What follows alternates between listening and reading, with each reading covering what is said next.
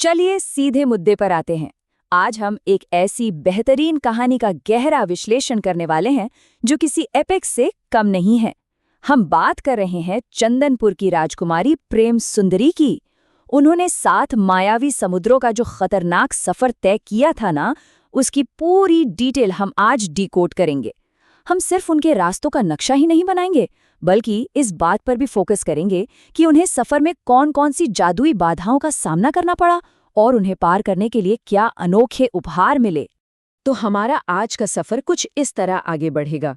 पहले वो रहस्यमयी सपना, फिर पहला समुद्र और उसके उपहार। उसके बाद हम देखेंगे सम्मोहन और हवा के दूत को, फिर आग और बर्फ की चुनौतियां। उसके बाद 7वां समुद्र और असली पहचान का खुलासा, और आखिर में एक जबरदस्त महासंग्राम। शुरुआत करते हैं पहले हिस्से से, रहस्यमयी सपना और महल से प्रस्थान। कहानी की शुरुआत होती है चंदनपुर की राजकुमारी प्रेम सुंदरी से, और वक्त यहाँ कितनी तेजी से बदलता है, इस पर ध्यान दीजिए। पहले दिन जंगल में उन्हें एक बेहद डरा हुआ अनजान शख्स मिलता है। फिर उसी रात उन्हें एक जादुई शहर और एक अधूरी शादी का अजीब सा सपना आता है जो बार बार दोहराता है। और इन सब का नतीजा, आधी रात को अपने पिता के सख्त मना करने के बावजूद वो चुपके से महल से निकल पड़ती हैं। यही वो टर्निंग पॉइंट था जहां से इस पूरे एडवेंचर की शुरुआत हुई। अब आते हैं दूसरे हिस्से पर, पहला समुद्र और जादुई उपहार। महल से निकलते ही जो पहली चुनौती आई वो किसी के भी होश उड़ा दे। पहले समुद्र का पूरा किनारा हजारों जानलेवा सांपों से भरा हुआ था। कोई आम इंसान होता तो वहीं से वापस लौट जाता, लेकिन यहां एंट्री होती है नागों के राजा नागराज की। वो एक सुनहरी गुफा से बाहर आते हैं और राजकुमारी की हिम्मत देखकर उन्हें आगे बढ़ने का रास्ता देते हैं। इसके बाद दूसरे समुद्र में एक बिल्कुल ही अलग तरह का चैलेंज था। एक ऐसा द्वीप जहां सब कुछ बहुत छोटा था। वहां के छोटू से निवासी राजकुमारी को देखकर डर गए। उन्हें लगा कोई विशालकाय दानव आ गया है। पर यहाँ राजकुमारी ने किसी ताकत का नहीं, बल्कि अपने प्यार और सौम्यता का इस्तेमाल किया और सबका दिल जीत लिया। यहाँ एक जरूरी बात, इस सफर में जो जादुई चीजें मिल रही हैं उन्हें नोट करते चलिएगा, क्योंकि आगे चलकर यही लाइफ सेवर बनेंगी। नागराज ने प्रेम सुंदरी को सिर्फ रास्ता नहीं दिया, बल्कि 2 बहुत ही खास उपहार दिए, एक चमकती हुई सोने की तलवार और एक दिव्य विष यानी मैजिकल पॉइजन। इन दोनों चीजों का आगे चलकर बहुत बड़ा रणनीतिक रोल होने वाला है। अब बढ़ते हैं तीसरे हिस्से की तरफ, सम्मोहन और हवा का दूत। तीसरे समुद्र का सच तो सच में रोंगटे खड़े करने वाला था। पानी बिल्कुल नीलम की तरह शांत था, लहरों की कोई आवाज नहीं। लेकिन इस सन्नाटे के पीछे छिपी थी धोखेबाज जलपरियां। वो अपनी मीठी लोरी से मुसाफिरों को हिप्नोटाइज करके हमेशा के लिए पानी की गहराइयों में खींच लेती थीं। राजकुमारी बस इस माया जाल में फंसने ही वाली थी कि तभी पिछले समुद्र से मिली उस सुनहरी तलवार की चमक और उसकी वाइब्रेशंस ने उन जलपरियों के माइंड कंट्रोल वाले जादू को पूरी तरह तोड़कर रख दिया। तीसरे समुद्र की जानलेवा शांति के बाद जब चौथे समुद्र में एंट्री होती है तो वहां के नियम बिल्कुल ही अजीब लगते हैं। सोचिए, पानी का रंग गुलाबी है, हवा में बादलों के महल तैर रहे हैं और पेड़ पौधे बातें कर रहे हैं, जैसे एक बहुत ही समझदार बरगद का पेड़ जिसने राजकुमारी को सही दिशा दिखाई। पर सबसे बड़ा ट्विस्ट ये था कि जंगल वाला वो डरा हुआ अजनबी यहाँ फिर से सामने आता है। असल में वो कोई दुश्मन नहीं था, बल्कि हवाओं के शहर का एक दूत था जिसके कानों के पीछे छोटे छोटे पंख थे। वो तो बस शुरुआत में राजकुमारी के साहस का टेस्ट ले रहा था। चलिए एक बार फिर अपनी मैजिकल इन्वेंट्री अपडेट कर लेते हैं। इस गुलाबी समुद्र में उस हवा के दूत ने राजकुमारी को एक जादुई चमकता सितारा दिया जो बिल्कुल सही रास्ता दिखाता था। और एक और बहुत बड़ी चीज दी, एक विशाल जादुई शंख। इस शंख का मिलना इस बात का साफ इशारा था कि अब आगे का सफर किसी आम नाव से नहीं किया जा सकता। ये शंख ही आगे आने वाली भयंकर तबाही से बचने का इकलौता सहारा था।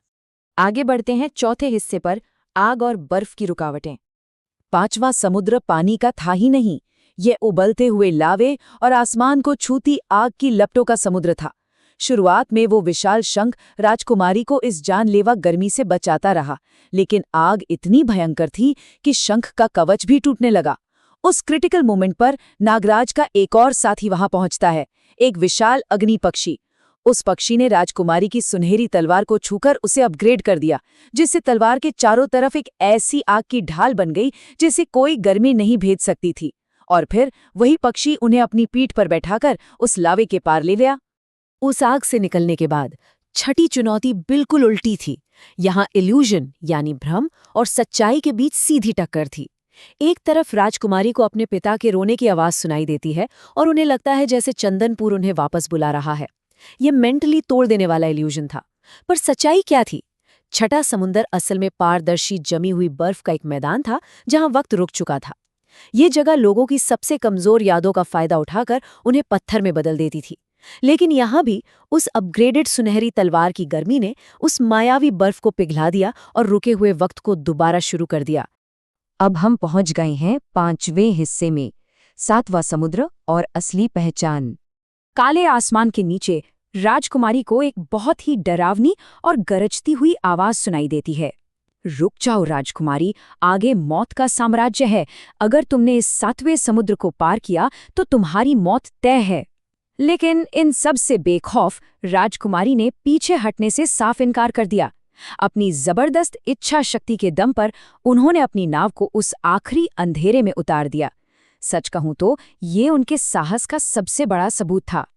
और 7वां समुद्र पार करते ही जो सच्चाई सामने आती है वो पूरी कहानी को ही पलट कर रख देती है।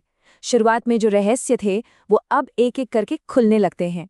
पता चलता है कि राजकुमारी उस अनजान शहर की दिवंगत महारानी की बिल्कुल कार्बन कॉपी है। महारानी ने उन्हें बचपन में एक काले जादूगर से बचाने के लिए ही तो 7 समंदर पार चंदनपुर भेज दिया था। और सपनों में जो राजकुमार आता था वो असल में उनका अपना ममेरा भाई था, जिसे जादूगर ने कैद करके रखा था। सबसे बड़ी बात, वो सुनहरी तलवार उनके नाना की थी, जो सिर्फ और सिर्फ अपने असली उत्तराधिकारी के स्पर्श से ही अपनी पूरी ताकत में आ सकती थी। नागराज और हवा का दूत, ये सब असल में उनकी माँ की रक्षक शक्तियां थीं, जो अपनी असली वारिस को वापस घर ला रही थीं। आखिरी हिस्सा, महासंग्राम और जीत। ये आखिरी लड़ाई किसी मास्टरपीस से कम नहीं थी। जादूगर सबसे पहले आग के विशाल गोलों से हमला करता है, लेकिन राजकुमारी अपनी सुनहरी तलवार से उस आग को हवा में ही बर्फ बना देती हैं। इसके बाद जादूगर खुद को काले धुएं के एक विशाल राक्षस में बदल लेता है। और पता है यहाँ क्या काम आया? वही मैजिकल इन्वेंट्री। राजकुमारी अपनी तलवार की धार पर पहले समुद्र से मिला वो दिव्य विष लगाती हैं और सीधे उस राक्षस के दिल पर वार कर देती हैं। क्या कमाल का काउंटर अटैक था! तलवार लगते ही जो हुआ वो देखने लायक था। वो जादूगर रेत की तरह ढेर हो गया, उसका काला जादू पूरी तरह से खत्म हो गया। एक ही पल में वहां कैद हजारों आत्माएं आजाद हो गईं। राजकुमार को छुटकारा मिल गया और उस जादुई राज्य पर से सालों पुराना श्राप हमेशा के लिए हट गया। सारा अंधेरा छंट गया और ठीक उसके बाद वो बहुप्रतीक्षित शादी पूरी हुई, जो कभी सिर्फ एक अधूरा सपना लगती थी। तो इस सब के बाद एक बड़ा सवाल दिमाग में आता है। 7 खतरनाक समुद्रों के इस सफर ने 2 बिल्कुल अलग दुनियाओं को हमेशा के लिए कैसे जोड़ दिया? उस नामुमकिन से लगने वाले सफर ने सिर्फ एक जादूगर का खात्मा ही नहीं किया, बल्कि चंदनपुर और इस नए राज्य के बीच एक ऐसा जादुई पुल बना दिया जिससे ये दोनों हमेशा के लिए एक हो गए। यह हमें सिखाता है कि जब हम अनजान और खतरनाक रास्तों पर चलने की हिम्मत जुटाते हैं तो नतीजे सिर्फ हमारी अपनी जीत तक सीमित नहीं रहते, बल्कि पूरी दुनिया की तस्वीर बदल सकते हैं। इसी गहरे विचार के साथ हम आज का ये विश्लेषण यहीं खत्म करते हैं।